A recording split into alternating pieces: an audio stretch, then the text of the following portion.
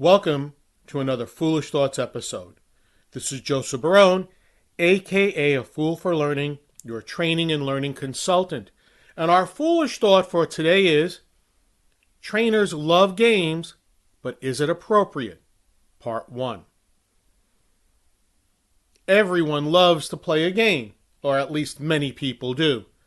Those of us in the learning field love to use games, when appropriate, to help reinforce learning or to demonstrate some new concepts.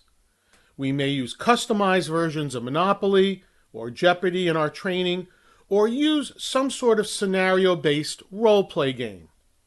No matter what the game is, it is important to use games wisely.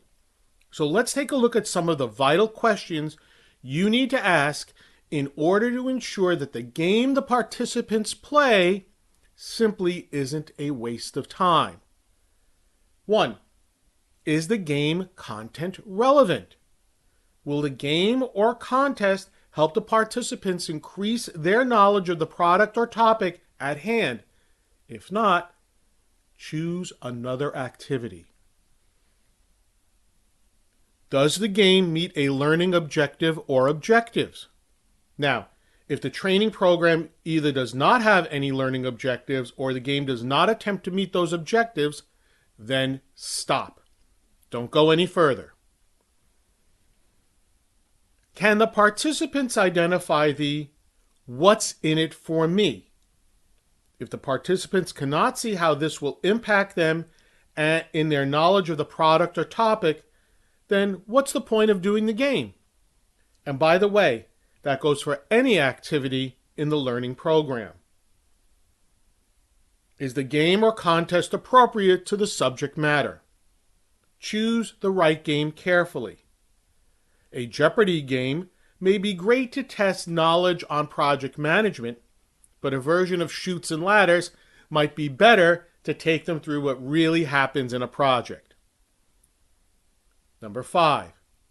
Do you have clear and understandable instructions? In other words, can the instructions be easily explained in 30 or even 60 seconds? Or do you need a 25-page booklet and a game master to play the game because the rules are so complex? 6. Is there a reward or prize at the end of it? Sometimes bragging rights are enough. Sometimes giving out a candy bar or coupon for a free cup of coffee or tea is a great prize for a team that successfully completed or won the game. Remember, not everyone needs a participation trophy. In our next episode, we'll continue with the questions to ask yourself when using games in learning.